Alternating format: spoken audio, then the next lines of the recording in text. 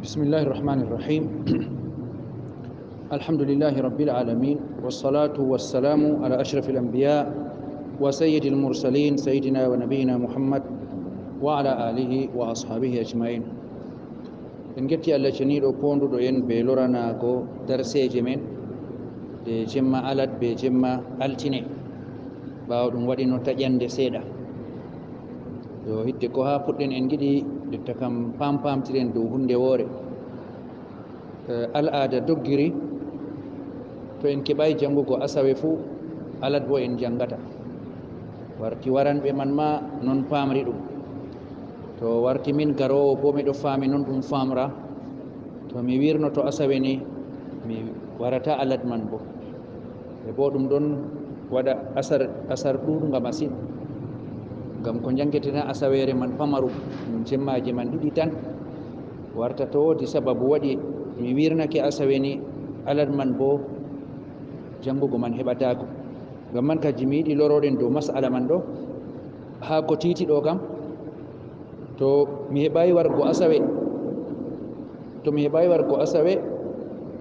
alat man en jangan to alat en jangata bo ɗo kam ɓe matinan ɗum ha julurde kadi mbiyan mi warata ɓe jango bo mi warata no darmi kam to mi heɓayi wargo asawe kam mi wara alat mi wara altine nden man latto asawe man ɗo mi yoɓrande kal yeeso kadi to ñande mi heɓayi wargo asawe kam fuu mi waran alat to Allah muyi to larura man jokkay e to mi wari alat man bo mi wara altine bo kadi latto deydey ko en keɓayno waɗgo asawe man kam gaɗen rattrapage ñande altine kadi to kan jogoroɗen ɗum banni ni kam to asawe janggaka kam na ko ɗum yiɗi wi ko alat bo janggatake inchallahu taala to bana ko mbowɗen rannoma en ɗum mara tafsir be hadith malla bo be fiqhu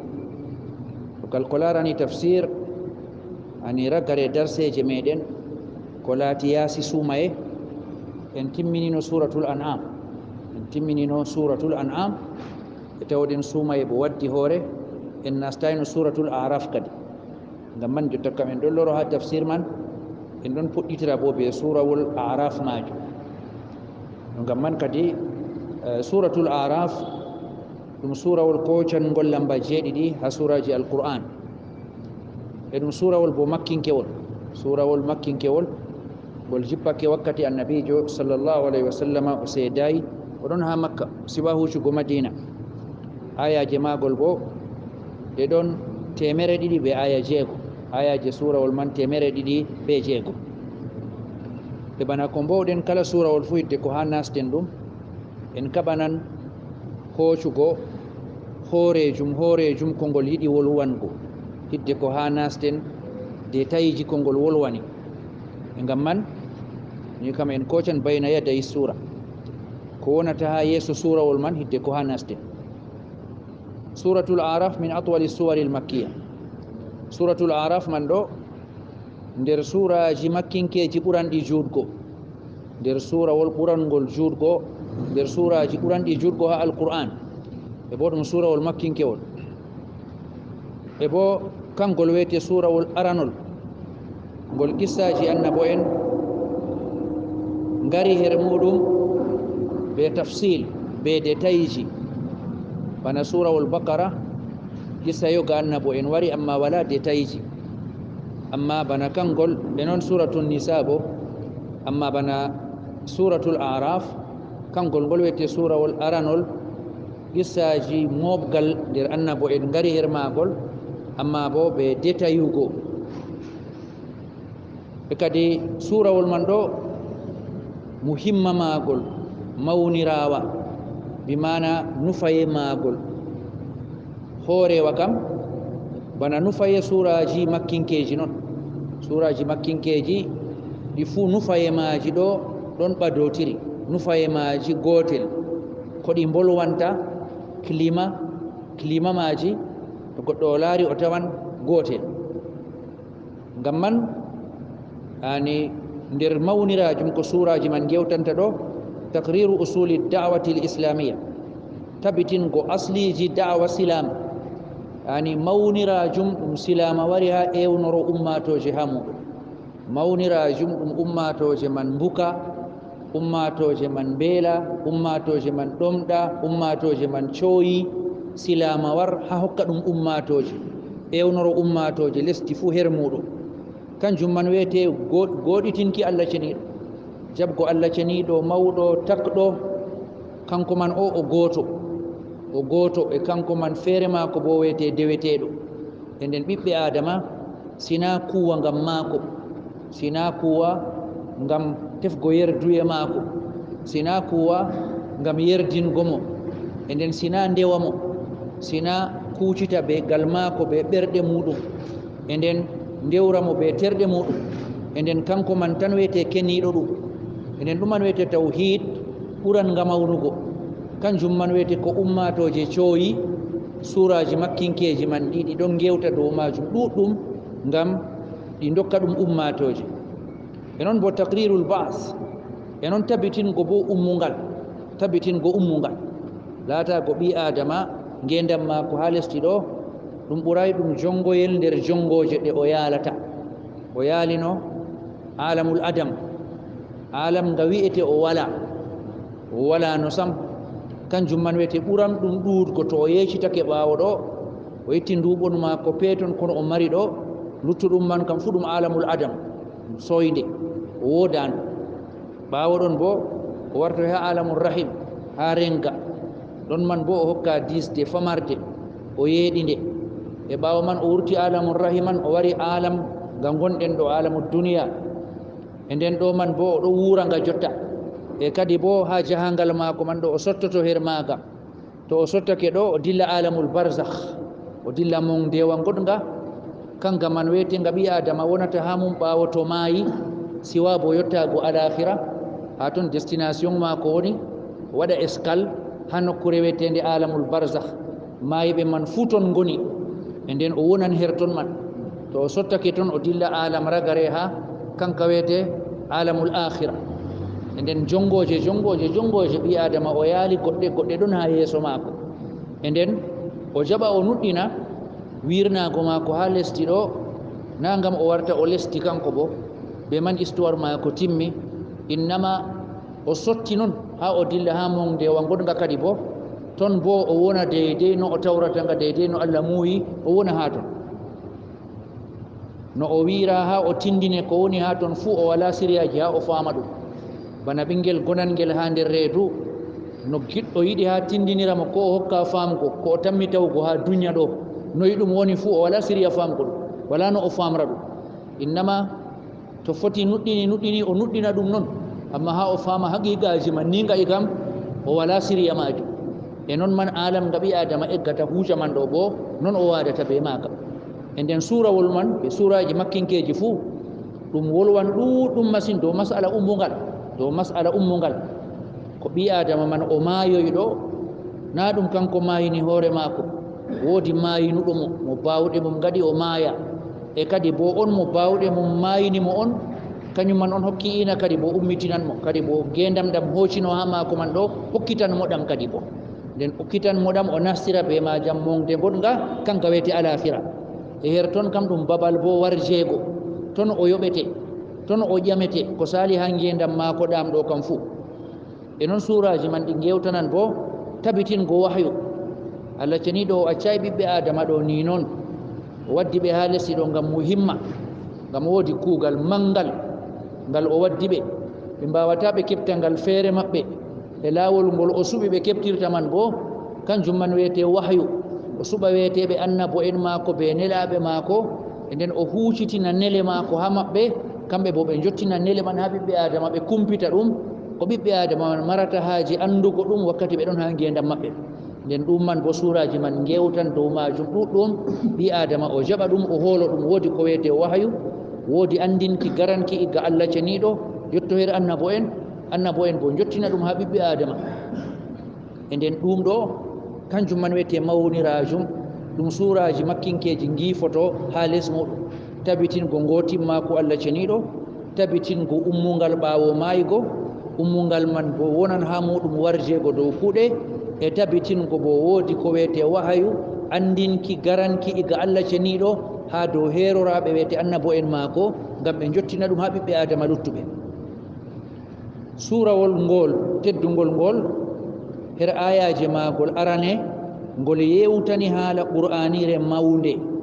latinde ɗum mujiza annabijo men sallllahu alayhi wa sallama, mujiza maako nduumika, mujiza maako ka timmata. Annabijo hokkama mujizaji ɗuɗɗi, amma goɗɗi kam fuu ɗon no pirnidiri ɓe ngendam maako. O waɗi ɗi wakkati o ɗon nde o wirni haalamaji waati, laarnoɓe ɗi battiɗinrake be maji, ɓe ndaarayi ɗi bo ɗum warti ɗum histoire noon. Amma alqur'an kam ɗum mujiza maako yake o geeto e ɓaawo o maynama bo nga ɗon luttidi ɓe ɓiɓɓe adama man, kanga kam foroynga mujiza noon. ɗum kayefiwol ceedantogol mo kanko man o nelaɗo iga Allah ceniɗo, enen ɗum mujiza maako nduumika. E noon man bo surawol man ɗo ngol tabitini qur'anire man nde ɗum moƴƴere iga Allah, moƴƴere iga Allah nde o hokki ɗum ɓiɓɓe adama fuu muɗum. ɗum moƴƴere iga Allah ɓiɓɓe adama man ɓe kiɓa cuklaneki iga maako. ɗum tagale goɗɗe keɓayi, tagale goɗɗe latti ɗum nayi, baali, geeloɗi, ande ani baroɗe kaza, tagale ɗuɗɗe kawtanɗe ɓe ɓiɓɓe adama ɗo wala boliɗe Allah titina ha dow maje. darjiɗinego man ɗo ɗe keɓayi, wala umroje, wala kaale, wala hucitingo, wala inaji, wala kalti, wala ɗume. enen alqur'an man latti ɗum moƴƴere. Allah ceniɗo mawɗo o ni kanko man on ɓi adama man heɓa darja, kañum man yottake o wolwana ɗum wolinde maako wara her muɗum, nde efta umroje maako, nde efta kaale maako, nde efta kucitinki maako, nde efta inaji maako, nde rabbo ɓi adama man, nde édika mo. enden ɗum man ɗo ɗum moƴƴere mawnde nde ɓiɓɓe adama dokka ɗum wiyete alqur'an man. e ngam majum woni dow ɓiɓɓe adama man ɗo ɓe joggito kucitinkiki alqur'an man waddi be kandititki ngam ɓe tinoro be fofturu her calaje ɗiɗi, fofturu saare duniya be saare alakhira. surawol man ngol yeccitini gite ha moƴƴere takɗoɓe, moƴƴere taggoɓe kamɓe ɓiɓɓe adama, tagaɓe her baba be baba goto ɓe laato ɓe ndirto ɓe iwa her muɗum ɓe fuu maɓɓe. e noon man bo ngol yeccitini gite bo ha teddinki Allah ceniɗo nonde nde ɗo nder tagadi kayre man wiyete ani goɗɗo, kayre man nden wiyete goɗɗo adamu be zurriya muɗum. teddinki man ɗo wangirigal babirawo, baba ɓiɓɓe adama man fuu beeteɗo adamu man alayhi salam. kadi Allah ceniɗo umrino malaika en muɗum cujidanamo, malaika en tagale lattiɗe dowje, tagaɗe lattiɗe tedduɗe, tagraɗe be annora, ɗe ɗabi'a muɗum geddata Allah, ɗum jeeyaɓe ɓaddinaɓe ha Allah. ɓen manni Allah wanginiri darja ɓi adama be umrugo tagale man ɗe cujidana annabi adam, ɗe lesanomo, ɗe korminamo, ɗe dokkamo respect. e nden ɗum man ha ɗum holla darja kaye tagadi ndi mari. e noon man surawol man ngol rentini bo fewjere cheytan kanjum man wiyete dabare yiɗi cheyɗan man hutinirta ɗum ngam erna ɓi adama. cheyɗan lattiɗo konnejo lattiɗo ɗon ñuɗani halkugo ɓi adama man ngal kala laabi fuu, jooɗiɗo dow laawol ɓiɓɓe adama man ngam faddoɓe haɗa ɓe kanda dayitinaɓe be Allah ceniɗo tekɗoɓe. surawol man ngol yewti haala relation ganga hakkunde adam baba maɓɓe be cheytan, e bo kuugal cheyɗan beetengal fewjere man ɗo noyi ngal huwi dow adam lattiɗo babirawo man, e batte ɗume kuugal man waɗi. sottinimo iga saare fofturu wiyete aljanna, wartirimo ha saare toore wiyete lesdi. Allah ceniɗo o yewti ha surawol man ɗo qissa adam be iblis, e wurtago annabi adama man bo ha aljanna, e dirtago maako warta ha lesdi. alqur'an yewti ɗum man ɗo bana alqur'an hokkan misalu, bana exemple, yani habre hakkunde hayru be sharru iga wakkati arana ha wongo goɗɗo, e hakkunde bo gonga be fewre, e wangingo bo fewjere iblis nde fewjani adam man be zurriya muɗum. e ngam man kadi ɓaawo Allah o yewti qissa man ka, qissa annabi adam be iblis, e bo iblis wawi ha nder qissa man ɗo sargugo adam man huunamo ko Allah yiɗa e bo ɗum yottinamo bo ha yoga batte kuugal maako kanjum man wiyete fartego ha saare nde o teddinira be muɗum wiyete aljanna o wartire ha saare nde saare lattinde lesdi nde ngam man kadi ɓaawo Allah o yewti qissa ko saali habre saalinde hakkunde baabirawo be iblis Allah ceniɗo o huccitini ha ɓiɓɓe adama man ɗo ɓaawo o wanginani ɓe konnago iblis man her baabirawo maɓɓe noy yetti Allah o huccitini her maɓɓe ewnaali nayi tokkidirɗi o ewnoriɓe bo be sifa ɓe ɓiɓɓe adam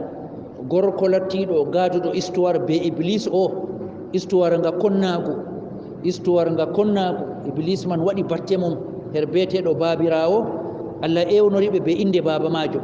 ngam ha ɓe paama ɗum baaba maɓɓe ha ɓe paama konnejo baaba kam ɗum konnejo ɓinguel bo e nden ngam man ko baaba yaldi be maako ɗo hani ɓinguel tira lesonji ha majo ngam man Allah ewni marraje na ya bani adam hey onon ɓiɓɓe adam e nden ɗum ewnandu warndu ha suurawol ngol tan ɓaawo qissa man wari ewnandu man wari marraje nayi e bo ɓaawo kala ewnandu fuu Allah o rentinan ɓe her konnejo maɓɓe yontuɗo dow konnago ɓe iga zamanuru arandu wiyete zamanuru baaba zaman adam wakkati konnejo man wawi waɗgo waswasu sakkingo sekoji huuda be ɓernde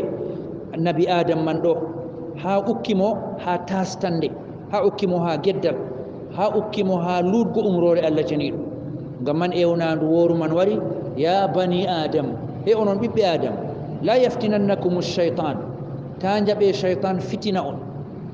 on bimana sarga on ha dow dina moɗon ta jaɓe shaytan fitina on kama akhraja abawaykum min aljanna bana fitinino baaba moɗon be jaknango baaba man ko laati geddal e nden baaba man ukki ha nder maagal e ɓaawo man baaba man duubri batte geddal man kalluɗe onon kam koce darsere ha majum ta jaɓe noon ta shayɗan fitina on bana fitini baaba moɗon batte man latti ngel wurtini baabiraɓe mon ɗiɗo fuu her aljanna e ngel waɗi bo yanzi'u anhuma libasahuma ngel itti her maɓɓe lumce latti ɗum rams teddineko lumce latti ɗum alama teddineko Allah herori tagadi mbeetendi goɗɗo kanko man on ɓornoto ɗum laato ɗum darja ɗum laato ɗum pawne e nden shayɗan wayi yiiko ɗum koni o feerejo ɓe nagge koni o feerejo ɓe mbaala ɓe mbeewa ɓe ngeeloba koni o fawnoto koni o suuroto e nden shayɗan ɓe fewjere mum ha aljanna man ɗo waɗi kamɓe man ɗo ɓe itta lumce maɓɓe ɓe yeddugo Allah li yuriyahuma sawatihima ngam shayɗan holla ɓe al awraji maɓɓe kamɓe bo ɓe lutta ɓe cuuraki bana taggale luttuɗe lattiɗo ɗon ngeeɗa ha lesdi e nden Allah o ewni ɓiɓɓe adama ɓaawo qissa baabirawo ɓe iblis man yewtama o rentinan ɓe nda ko shayɗan wawi waɗgo baabirawo kam amma onon ɓiɓɓe koce darsere ha majum ta jaɓe ɗum loro ha moɗon shayɗan huuda be moɗon bana no huudi ɓe baabirawo e ɗon surawol man ɗon ngol fe'anake kadi bo yani lardude nder darɗuɗe ukkotoɗe no ñalaɗe dargal ya keewol nder yaakeji peɓɓotoɗi ñalade dargal ngol subti yaakewol miijiningol kullingol nder ko waɗata ñalade dargal kangol man ngol wiyete yaakewol geɓe tati ɓiɓɓe adama man ɓe gartoya geɓe tati e ko saloto bo hakkunde geɓe tati man wiyete ngewta wiyete wolinde wiyete bo ko nandata bana débat yeɓre worema yeɓre mumini en lattiɓe hokkaɓe aljanna kamɓe ɓe yeɓre ɗiɗaɓre bo yeɓre heferɓe lattiɓe hokkaɓe yiite wonɓe ha yiite yeɓre tataɓre bo alqur'an yewtanayinde sina ha surawol man ɗo tan alqur'an yewtaninde yeɓre tataɓre man ɗo yeɓre man nde indanama ashabu al araf inde surawol man ɗo hoccama ha maɓɓe suratul araf ɗo hoccama ha inde maɓɓe ashabul araf e nden kamɓe man ɓe gonayi nder yimɓe aljanna ɓe gonayi ha nder yimɓe yiite ɓe ɗon ha caka e nden kamɓe man gewta saloto hakkunde maɓɓe be yimɓe aljanna gewta saloto hakkunde maɓɓe bo be yimɓe yiite e nden kamɓe man ɓe ɗellititto ɓe en fuu noyi ngoni e nden kamɓe man ɓe alqur'an yewtani ɓe gewta saloto bo hakkunde yimɓe aljanna ɓe yimɓe yiite man bo gewta saloto enen ɗum man fuu alqur'an yewtani ɗum ha surawol majum enden ngam man kadi yaakewol man ngol ɗum yaakewol ngol alam fuu laran ɗum yaakewol ngol duniyaaru man fuu laran ko saloto man ɗo faman ko saloto man ɗum waɗan ñalade ummungal ñalade yoɓgo man ɗo ɗum haqiqa noon na ɗum ɗon nandi bana ɗum théâtre innama ɗum haqiqa doggan kaɓe ɗon gi'a ka noon e nden haqiqa man kaka holla lattiɓe joginoɓe goonga her duniya man ɗo kamɓe majum noyi ɓe ceyorto dow lattiɓe jogiɓe fewre ɗuɗum ko lattino ɗon no ŋanca ɓe ɗon dara ɓe joha en ɗon no dara ɗum ɓe nuɗɗini wiyete dargal ɓe aljanna ɓe kaza man ɗum haalaji noon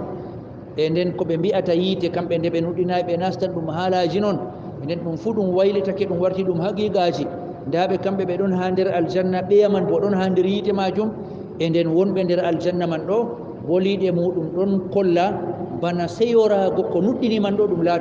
laatake ɗum gonga e noon surawol man ngol liiƴake qissaji annabo en amma ɓe juttingo ɓe détail ji ngol waddi qissa annabi nuhu alayhi salatu wassalam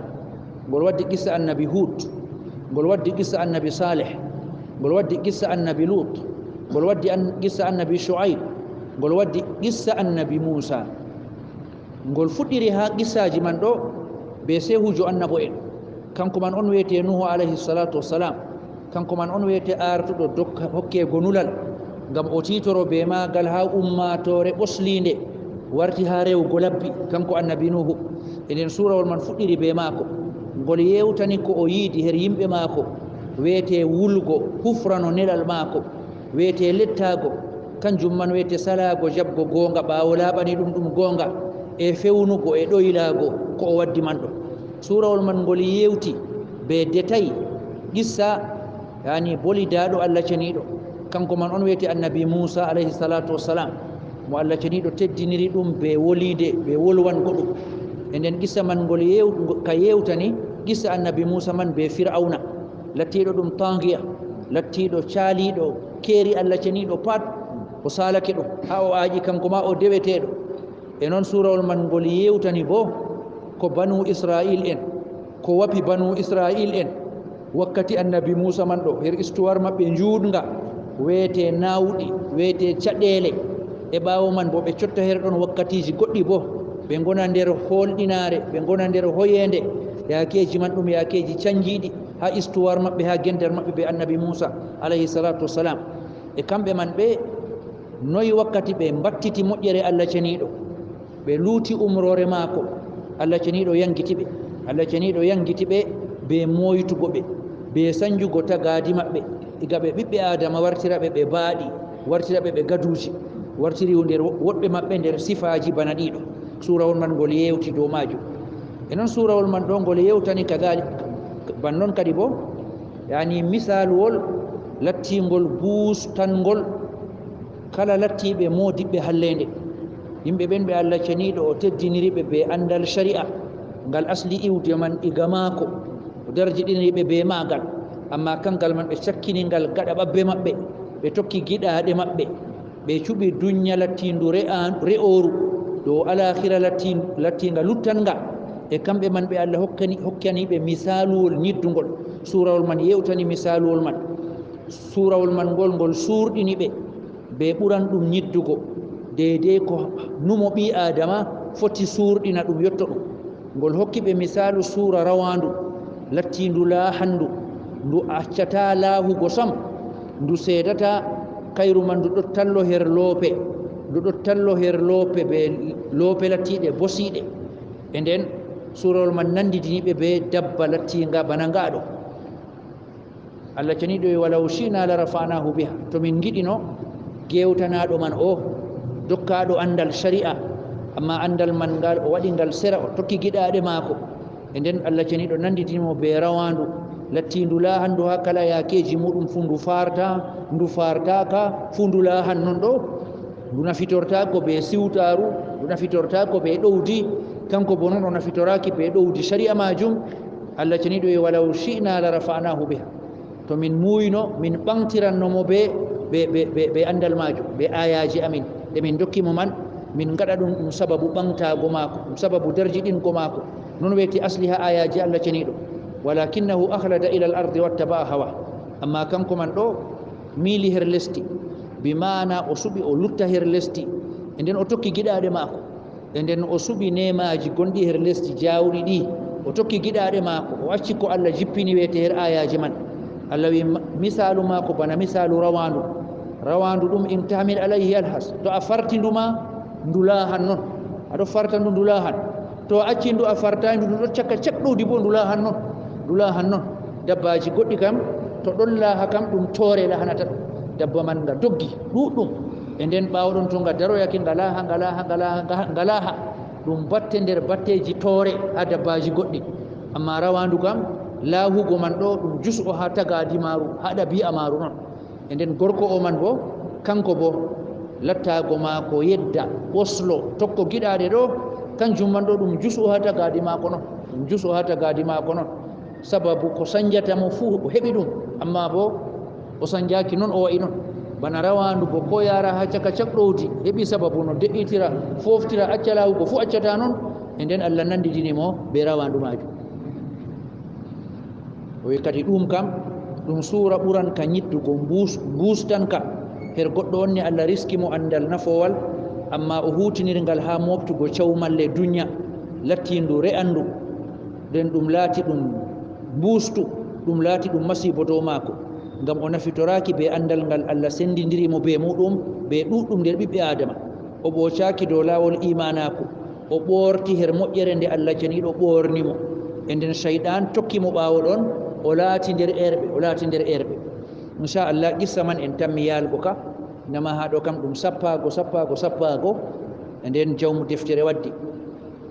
o wi kadi surawol man ngol timmitiniri yani wolinde magol be tabitango Allah ceniɗo ngotimmako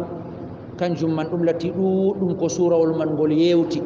e kadi bo ngol wartiri mas'ala man kanka wiyete mas'ala ragare ha nden tawhidi kam kanjum fuɗɗirte kanjum wonata ha caka kanjum wonata ha ragare kanjum fuɗɗirte ha ɓi adama nasta silama kanjum o yeɗiditta ha ngendam maako inna salati wa nusuki wa mahyaya wa mamati lillahi rabbil alamin kanjum man wiyete hani laato ragare ngendam maako man kana akhir kalami la ilaha illallah dakhala aljanna e nden tawhidi kam ɗum hunde wakkotirande be ɓi adama diskaɗo e ngam man surawol man ngol waɗi tawhidi man kañum man wiyete ragare wolinde maagol e noon man bo ngol efti bo ŋancugo jala her ɓiɓɓe adama lattiɓe rewɓe ko torrata ko nafata ɓe cuɓi ha ngendam maɓɓe ɗo ɓe ndewa tagale lattiɗe tampuɗe ɗe mbawata ɗe torra ɓe to wondo ɓe ndewayi ɗe mbawata bo ɗe nafa ɓe wondo ɓe ndewi tagale ɗe gi'ata ɗe nanata kanjum man wiyete ka'e labbi ɗum ɓe gartiri ɗum hawtiɗɗiraɓe be Allah ceniɗo kanko Allah ceniɗo mawɗo tedduɗo kanko tagi ɓe feere maako kanko suurɗini ɓe feere maako moy fuu kanko hokki ɗum yeeso mo be sifa yeeso man no wayi kanko man on andi bo soɗɗitorde maɓɓe to ɓe cottake ha ngendam ɗo to ɓe kuusata e nden man ni kanko marɗo sifaji ɗiɗo fuu ɓe gaɗimo sera ɓe ndewi tagga ɗum latti ɗum tampuɗum malla ɓe kooci tagga ɗum tampuɗum man ɓe pondi ɗum be maako ha rewgo banni kadi o wi surawol man ngol timminiri be tawhidi bana ngol fuɗɗiri bo be tawhidi e nden ewnago her imanaku ngotimmaku Allah ceniɗo lattiɗo jawmirawo deweteɗo ɗum laati kanjum man wiyete fuɗɗam kanjum man bo wiyete timmitorde enen kadi ɗo wiyete bana jawla bana wancuru yawundu ha nder surawol man waɗandu jawmu deftere o dari dow ɓe latti ɗum eftan ɗum diidi mawɗi be point ji toɓɓe lorɗe ha nder surawol majum ngam ɓawaɗon o loro marrare ɗiɗaɓre o dari dow ɓe kala aya ɓe kala kalimawol ɓe kala harfere fuu ngam o fassira ɗum o wi kadi surawol man ngol inde magol suratul araf o wi ngol hokkama inde man ɗo ngam jolgo inde araf man ha nder magol kalimawol araf man ɗo wari her surawol man e ko wiyete asli araf man bo ɗum mahol faɗɗetengol hakkunde aljanna be yiite mahol man ngol to ngol faɗɗama ngol sendidira hakkunde heferɓe be mumini en ko woni gaɗa magol ma wona ɗum nema Allah ceniɗo ton mumini en goni ko wiyete ga e magol bo wona ɗum yiite man kadi ɗon heferɓe gonata eden mahol man ngol kangol man ngol wiyete araf eden yewtanaɓe man ɗo dow mahol man ngol ɓe gonata kadi ngam man ɓe latto ɓe mbawan ɓe dara haali yimɓe yiite no wayi ɓe mbawal bo ɓe dara haali yimɓe aljanna no wayi ɓe en fuu ɓe dara haal mum ɓe gaɗa talik ɓe gaɗa commentaire dow ko ɓe daari bana surawol man tan mi yewtu imam ibnu jarir at-tabari jawmu deftere tafsir mawnirare kanko man o firlake ha huzaifa ibnul yaman kanko man o ƴamama wi ashabul araf ɗum ɓe en gonata ashabul araf mahol ngol ɗum ɓe no Allah yewtani mumini en kam kañum man ɗon ha aljanna ɗon ha gal gaɗa maako lattiɓe na mumini en bo ɗon gal ga e kamɓe wonɓe ha dow magol ɓe ɗum ɓe yehi fa qala hum qawmun istawat hasanatum wa sayyi'atum huzaifa wi ɓe man ɓe ɗum yimɓe boɗɗe maɓɓe ɓe kalluɗe maɓɓe poti ɓe jeehi alakhira kiloji maɓɓe mbaway ɓurdidirgo to boɗɗe maɓɓe ɓurino jiiti peesi ɓe gonanogal aljanna to kalluɗe maɓɓe peesi bo ɓe gonanogal yiite amma ɗum wari ɗum foti kalkal e nden ɓe gaɗa ha nokkure caka cak ɓe goni ha dow mahol majum ngam man kadi o wi istawat hasanatum wa sayyi'atum boɗɗe maɓɓe ɓe kalluɗe maɓɓe laati potan fa qa'adat bihim sayyi'atum an duhulil janna ngam man kalluɗe maɓɓe man ɓen paddi ɓe nastay aljanna wa takhallafat bihim hasanatum an duhulin nar boɗɗe maɓɓe bo ngari paddi ɓe nastay yiite ɓeɗon ha caka fa waqafu hunalika ala sur e nden ɓe lutti ɓe ɗon dow mahol man noon kadi hatta yaqdi allahu fihim ha Allah hiito amma Allah wi ha qissa maɓɓe man ɗo lam yadkhuluha wa hum yatma'un ɓe nastay aljanna man kam amma ɓe ɗo tammi ɗum mari tammude ɗum mari espoir ɓe nastan ha aljanna majum amma ɓe jalan yakewol ngolta won hidde ko ha ɓe keɓa ɓe nasta aljanna majum banni kadi e nden man ɗo man on wiyete bana muqaddima kanjum man wiyete bana ko hani ande hidde ko naste ha nder surawol mum qala allahu taala alif lam mim sad Allah ceniɗo o wi alif lam mim sad nden o fuɗɗiri o omtiri surawol man ngol bana ko nandata be magol ɗuɗɗum ha alquran Allah ceniɗo o omtiri ɗum be karfeje ɗe nden ɗum jange ɗum karfeje noon ɗum jangatake ɗum kalimaji goɗɗo wiyata alams malla almus ko nandata be man jangata ɗum kalima innama janga ɗum harfere alif ma janga alif noon lam janga lam noon mim sad harfere fu janga ɗum feere muɗum ngam man modiɓe indani ɗe alhuruful muqatta'a karfeje tayneteɗe wakkati goɗɗo o jangata ɗe nde fu o taƴa ɗum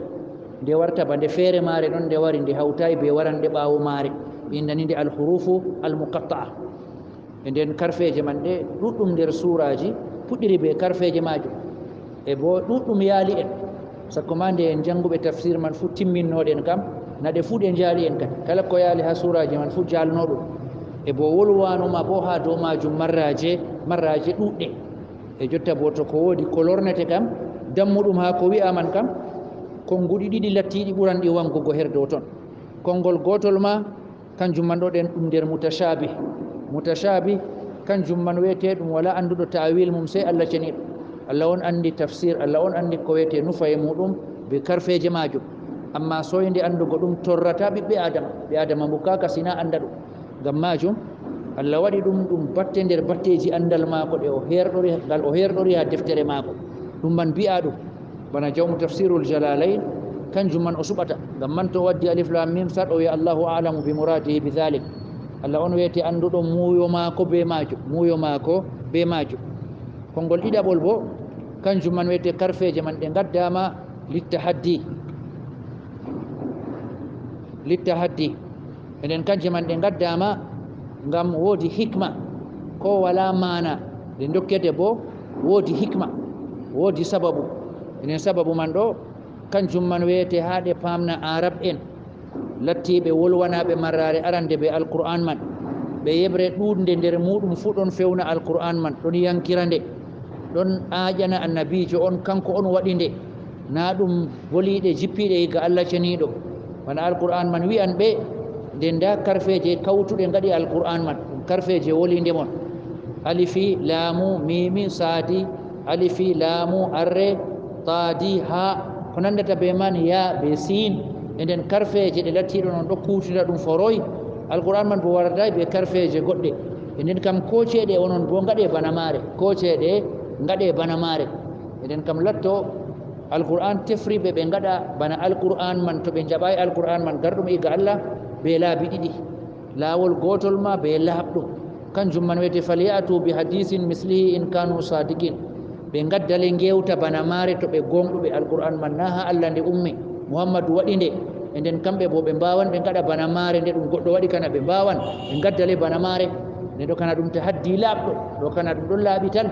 e tahaddi goto bo kanjum man lattaki laaɓɗo kanjum man wiyete ɓe fuɗɗirgo ɓe karfeje ɗe ngam wi'aɓe alqur'anire man karfeje ɗe ɗen kawti gaɗi ɗum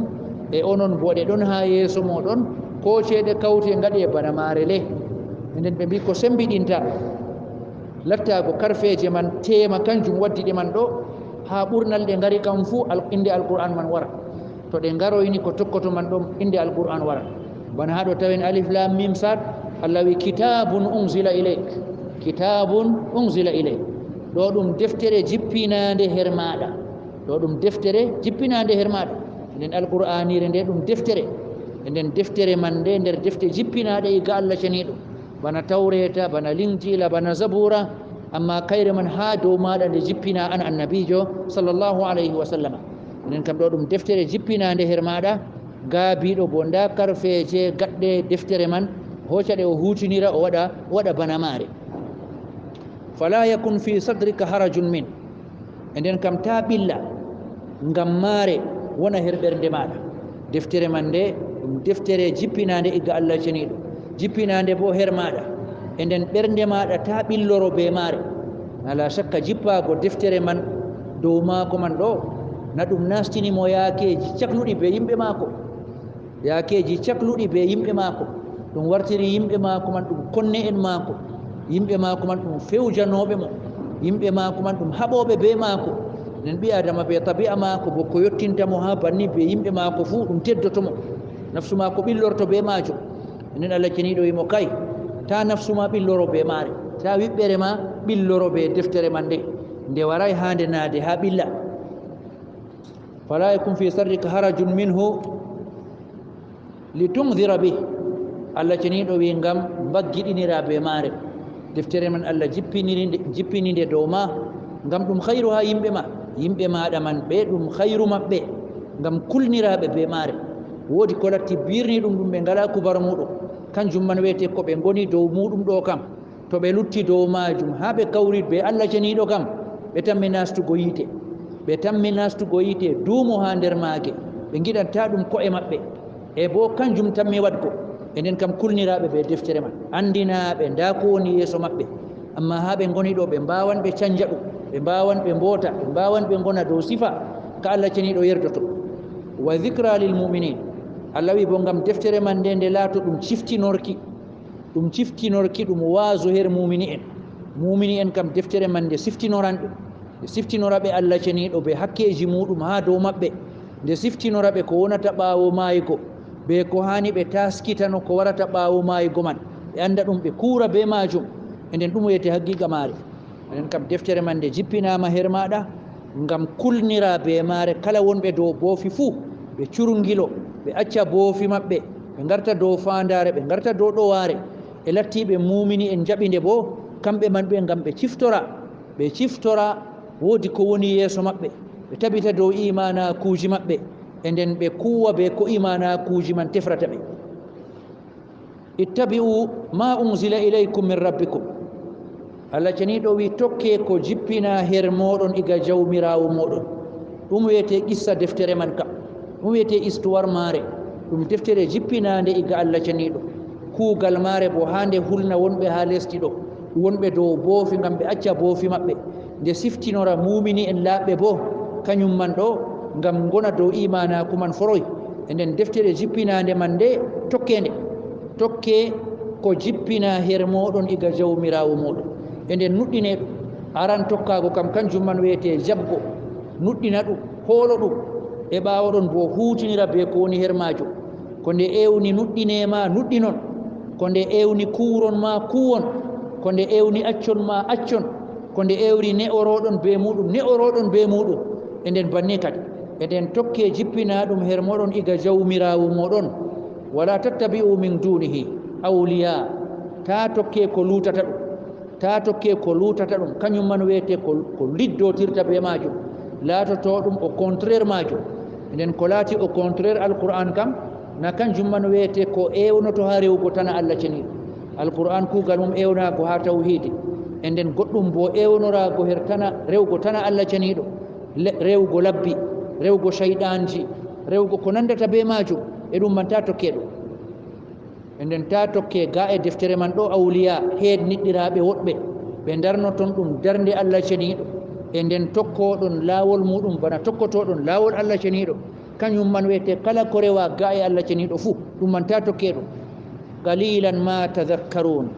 Allah wi amma pamarum ko ngasitinortoɗo deftere man nde ɗo heewi wasuji kam nde ɗo heewi ko siftinorta kam nde ɗo heewi ko woɗɗinta ɓi adama kam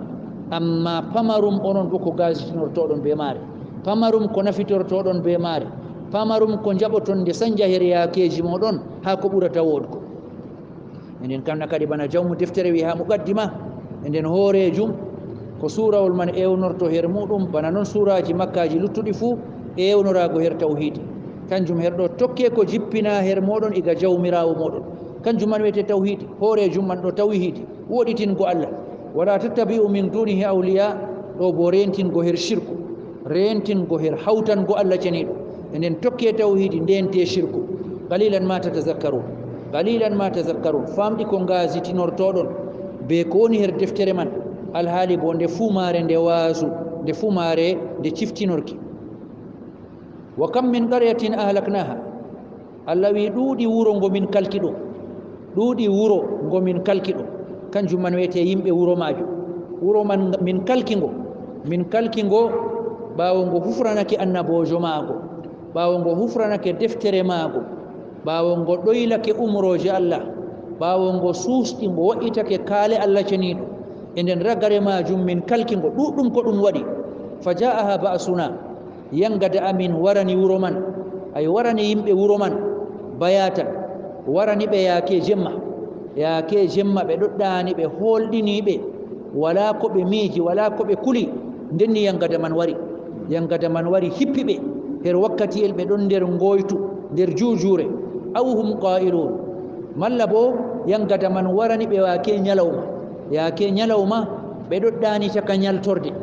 ɗum ɗon holla yaake de'itinko to jemma ma ɓe ɗon nder de'ende ɓe ɗon kooli ɓe ɗoɗɗani to yaake ñalawma man bo caka ñaltorde ɗon her babeji pewɗi e nden ɓe ɗon de'iti ɓe ɗoɗɗani e nden wakkati man ni yangada amin wari hippiɓe heɓiɓe e nden ɗuɗɗum ko ɗum waɗi fama kana da'wahum is ja'ahum ba'suna Allah wi kamɓe man nde yangada amin man wari be sifa ka kanjum man ka wari ka juhiɓe ka taskitinayiɓe her wakkatiyel ɓe ɗon de'iti ɓe ɗo kolɗini yangada man nde waroyi Allah wi wala ewnandu maɓɓe ko laatini wakkati man wala ko ɓe laati ɓe ɗon bolwani ɓe laatake ɓe ɗo ewno labbi ɗi ɓe ndewata ha kisna ɓe gaɗɓe bannon ɓe doggitirɓe labbi ɓe doggitiɓe reweteɓe maɓɓe ɓe tukkinta sey ɓe ndewa ɗum ɓe jaɓata ɓe godina Allah ceniɗo ɓe doggitirɓe ɓen Allah wi la ewnandu maɓɓe lattaki reweteɓe man ɓe ewnoto her yakeyel ngel ko laati ewnandu maɓɓe kam illa an qalu inna kunna zalimin sina ɓe ɗon mbi'a min laatake min toñiɓe ɓe kepti ɗume heɓi ɓe kepti bo ngam ɗume ɗum heɓi ɓe ko heɓi ɓe man ɗo ɓe kepti ɗum yangada ngarka iga Allah ceniɗo ngam ɗume ɗum heɓi ɓe bo ɓe kepti ngam hawtango Allah ceniɗo ngam luutgo annabojo maɓɓe gonɗo caka maɓɓe dentinanɗo ɓe kala wakkati fuu to ɓe jotake dow no ɓe ngoni man ɗo yangada waranan ɓe wakkati man nden ɓe pamata ɗum haqiqa ngam man woyinandu maɓɓe wi'a inna kunna zalimin Allah am minin man ɓe min laatake min toñiɓe e nden banni kadi enen Allah ceniɗo o yewtan ɗum ngam o hokka makkinko en lattiɓe jootiɓe dow fewnugo ayaji Allah fewnugo annabojo maako nda wattam gure lattiɗe pewnuɗe kam nda no wayi kamɓe man bo ɓe ndento bana wattam man ɗo ta heɓa ɓe ngam ɗum de'itina annabijo sallllahu alih wa sallama be mumini en wontuɓe be maako bo kamɓe man lattago ɓeɗo ɗon jooti dow keferaku hande ɗon ŋanca ɓe ɗon torra ɓe ɗum man ɗo ta ɓe gikka ɗum taɓoto yitere Allah ɗon dow maɓɓe, bawɗe Allah ɗon piltiɓe. To muuyo Allah wari wawan halka ɓe bana halkuno ummatoje lattiɗe caliɗe. to en daroto ɗon kadi. والله تعالى أعلم وصلى الله وسلم وبارك على نبيه محمد وعلى آله وأصحابه أجمعين.